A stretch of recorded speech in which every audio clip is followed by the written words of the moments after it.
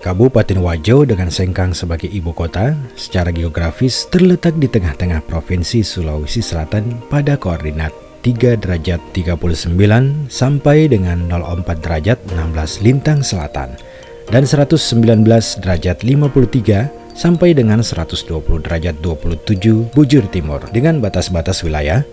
Sebelah utara berbatasan dengan Kabupaten Luwu dan Sidrap, sebelah timur berbatasan dengan Teluk Bone, sebelah selatan berbatasan dengan Kabupaten Sopeng dan Bone, dan sebelah barat berbatasan dengan Kabupaten Sidrap dan Sopeng. Luas wilayah kabupaten ini 2.506,19 km atau 4,01% dari luas wilayah Provinsi Sulawesi Selatan.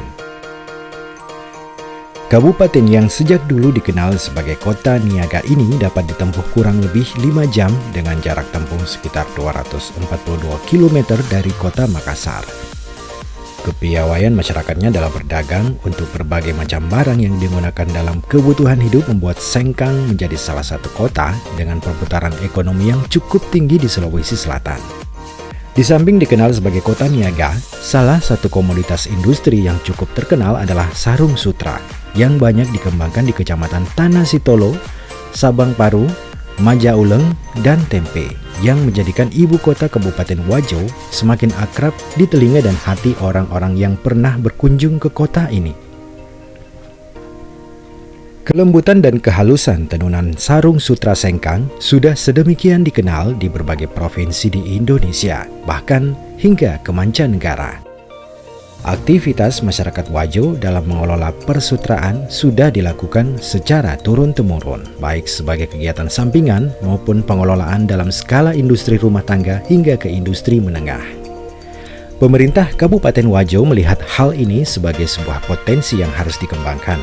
Untuk itu, Dinas Perindustrian melalui bidang yang terkait yakni bidang industri tekstil, aneka dan elektronika telematika terus melakukan upaya pembinaan secara berkesinambungan seperti sosialisasi, regulasi, dan pelatihan sesuai dengan keterkaitan industri dari hulu hingga ke hilir. Keberadaan atau dibentuknya organisasi perangkat daerah Dinas Perindustrian Kabupaten Wajo berdasarkan Peraturan Bupati Nomor 6 Tahun 2016, Dinas Perindustrian Kabupaten Wajo tahun 2017 telah berdiri sendiri karena sebelumnya gabung dengan Dinas Koperasi, UKM, dan Perindustrian. Jadi alhamdulillah perhatian pemerintah kepada pelaku-pelaku industri di Kabupaten Wajo ini bisa kita lakukan pembinaan secara khusus sehingga diharapkan nantinya ke depan semua pelaku-pelaku UKM yang ada di Kabupaten Wajo baik terkait dengan persutraan, pertenunan, home industri dan sebagainya bisa kita bina dan kembangkan dengan baik. Peningkatan sarana produksi, pola kemitraan dan kerjasama dengan pihak swasta juga dilakukan oleh Dinas Perindustrian. Terkait dengan tugas pokok dan fungsi utama Dinas Perindustrian Kabupaten Wajo adalah verifikasi data dulu. Kita harus mendata ulang semua pelaku-pelaku UKM yang ada di Kabupaten Wajo supaya bisa kita pilah-pilah mana yang aktif, mana yang setengah aktif, atau mana memang tidak berproduksi lagi. Hampir di setiap kecamatan di daerah ini ditemukan kegiatan persutraan dimulai dari kegiatan proses awal sampai akhir. Mulai dari kegiatan pemeliharaan ulat sutra, proses pemintalan menjadi benang yang kemudian ditenun menjadi selembar kain sutra. Dalam bahasa lokal, sutra disebut dengan sape, di mana dalam proses pembuatan benang sutra menjadi kain sarung sutra, masyarakat pada umumnya masih menggunakan peralatan tenun tradisional, yakni alat tenun gedogan, dengan berbagai macam motif yang diproduksi, seperti motif balo tetong, motif malobang, motif baloreni.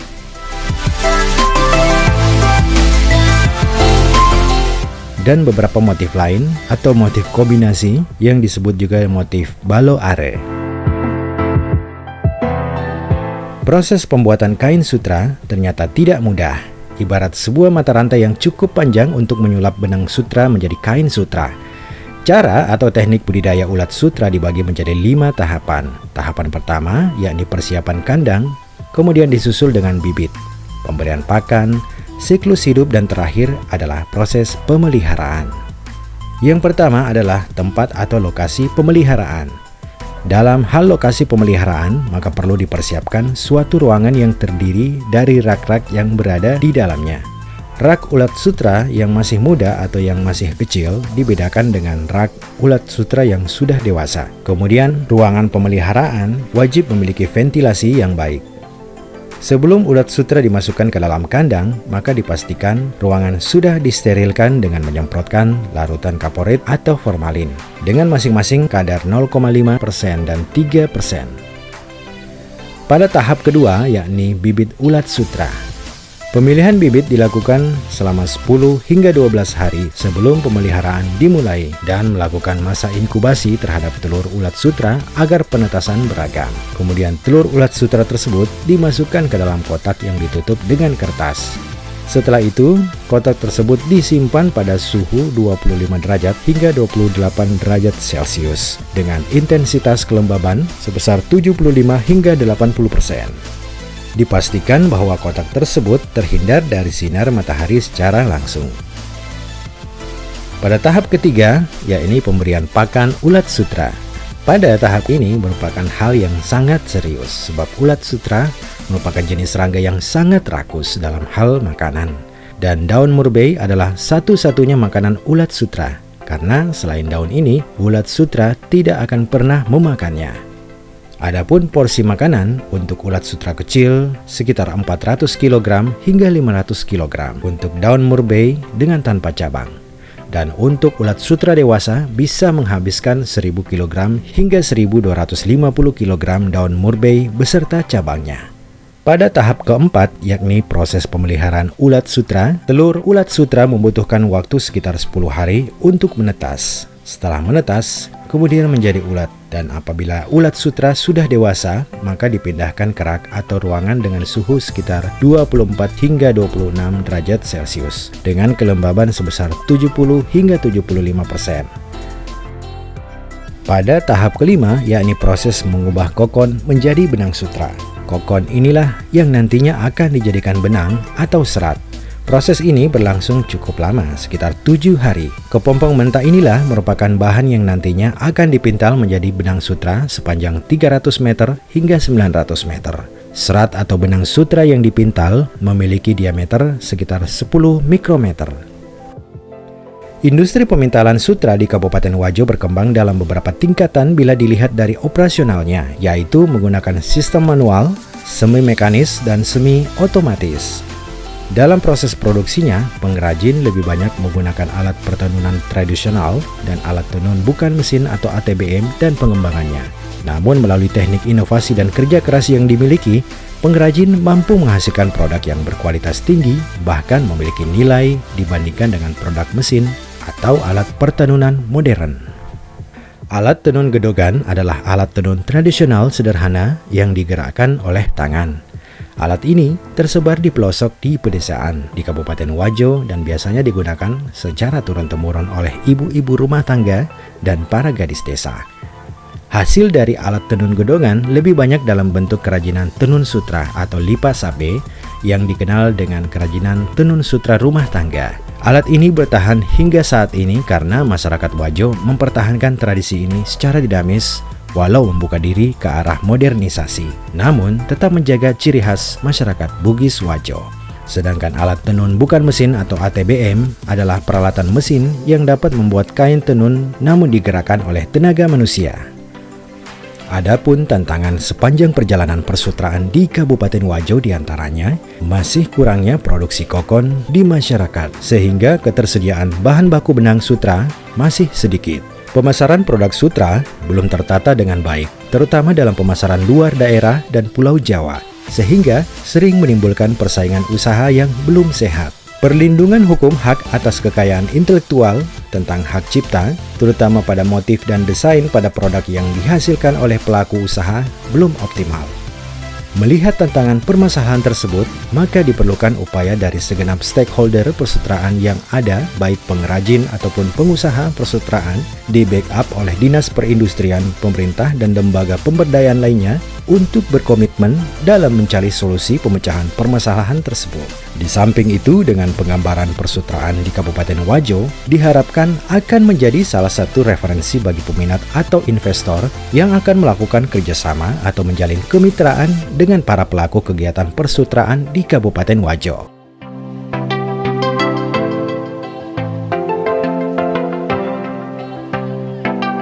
Latar belakang orang Wajo yang dikenal memiliki jiwa entrepreneurship yang tinggi berdampak pada tingginya motivasi mereka untuk mengembangkan komunitas sutra dengan berkreasi dan selalu mencari inovasi, menciptakan berbagai macam produk asal sutra, bahkan menjalin hubungan kerjasama dengan pengusaha-pengusaha pertekstilan dari Pulau Jawa, termasuk desainer-desainer ternama di Indonesia.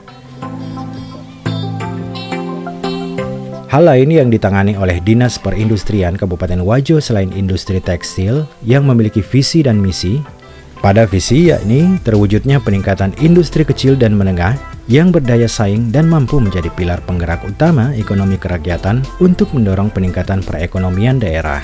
Dan misi Dinas Perindustrian adalah meningkatkan kualitas sumber daya manusia Dinas Perindustrian, meningkatkan sarana dan prasarana pendukung peningkatan industri, mengembangkan industri berbasis unggulan daerah, dan meningkatkan daya saing industri. Adapun bidang-bidang yang berada di dalam strukturisasi Dinas Perindustrian sebagai berikut. Di Dinas Perindustrian Kabupaten Wajo termasuk tipe A memiliki 4 bidang. Yang pertama adalah bidang agro, kimia, dan hasil hutan. Ini adalah bidang yang menangani bagaimana produk-produk bahan baku yang dihasilkan oleh petani-petani kita, baik petani sawah, petani rumput laut, petani tambak, dan sebagainya, itu di bawah binaan daripada bidang industri agro.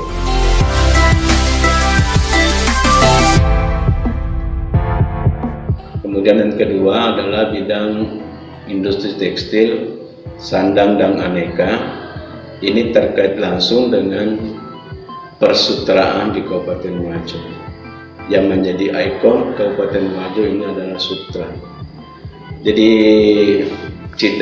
harapan daripada Dinas Perindustrian Kabupaten Wajo mudah-mudahan bisa berkolaborasi dengan semua pelaku UKM sehingga marwah atau roh persutraan yang dulu sangat terkenal di Kabupaten Wajo sampai ke mancanegara itu bisa kita bangkitkan kembali dengan melakukan pembinaan kepada pelaku-pelaku pertenunan terkait dengan pertenunan gedongan. Ini yang memproduksi sarung sutra asli yang bermotif yang kita kenal sejak dahulu seperti motif Lagosi. Karena Ibu Andi Yunani Paris mengikuti event di Milan, Italia, ternyata ini mirip Lagosi, motif Lagosi sangat dicari di dunia internasional.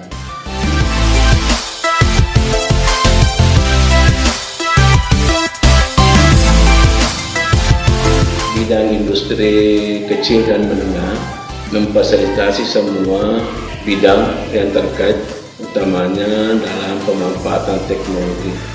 Kalau dulu dalam melakukan suatu kegiatan terkait dengan industri yang dibutuhkan adalah ada usaha, ada modal, baru industri. Tapi di era sekarang yang paling penting dan utama adalah teknologi industri. Bagaimana sesuatu kegiatan, suatu hasil bisa kita kreasi, berikan inovasi dengan industri yang sederhana sehingga diharapkan hasilnya bisa lebih baik, produknya bisa bersaing di luar Kabupaten Wajo.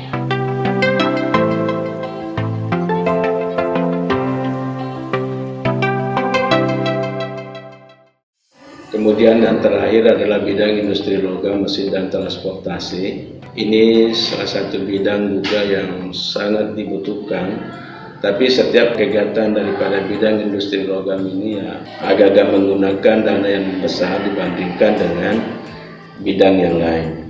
Saat ini bulan November ini, Oktober-November, kita melakukan pelatihan di desa Kelurahan Akaja, Kecamatan Sajuwangi, itu membuat perahu fiber. Dan alhamdulillah bisa kita selesaikan 1 unit. Kami melihat di sana, nelayan di sana sangat antusias. Terbukti masyarakat yang hadir melebihi daripada undangan yang diharapkan. Kenapa bisa? Karena masyarakat di sana sangat membutuhkan perahu fiber dibandingkan dengan perahu kayu yang bahan dasarnya susah dan lebih mahal dibandingkan dengan bahan fiber. Bahkan masyarakat di sana mengharapkan ini tetap dilanjutkan dan dikembangkan. Kalau perlu dibentuk kelompok di sana untuk masing-masing ada fiber yang bisa digunakan. Dan perahu fiber yang jadi di sana itu diminta oleh ibu desa untuk dipakai di sana, sehingga dari dinas perindustrian nantinya akan membuat kerjasama dengan pihak camat.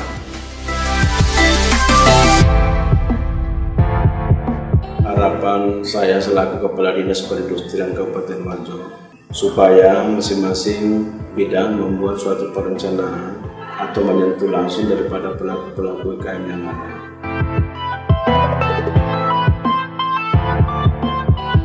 Contoh yang pertama, bidang tekstil ini bagaimana membuat suatu langkah terobosan sehingga pertarunan sutra di Kabupaten Wajo ini bisa kita bangkitkan, utamanya pada pelaku-pelaku home industri pertarunan Gedogan di kecamatan di desa itu bisa bangkit kembali.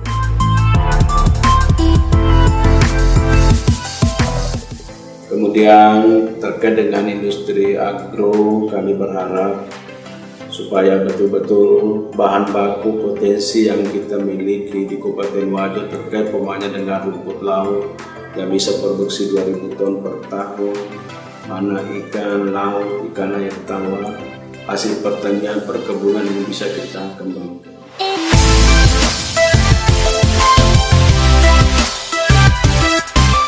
Selanjutnya terkait dengan bidang industri kecil dan menengah.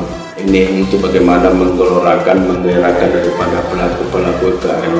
Langkah yang kita lakukan mulai dari 2017 ini adalah mengikut sertakan dalam pameran-pameran baik tingkat nasional maupun tingkat provinsi. Tahun 2017 ini kita mengikuti pameran di Mall Galeri Bali yang dihadiri kurang lebih 25 provinsi, dan alhamdulillah Kabupaten Wajo bisa menampilkan produk-produk unggulan terkait dengan pesutraan di sana. Bulan kemarin kita juga mengikuti pameran Dekranasda yang dilaksanakan di Jakarta Convention Center yang diikuti oleh kabupaten kota seluruh Indonesia yang dibuka langsung oleh Presiden Joko Widodo.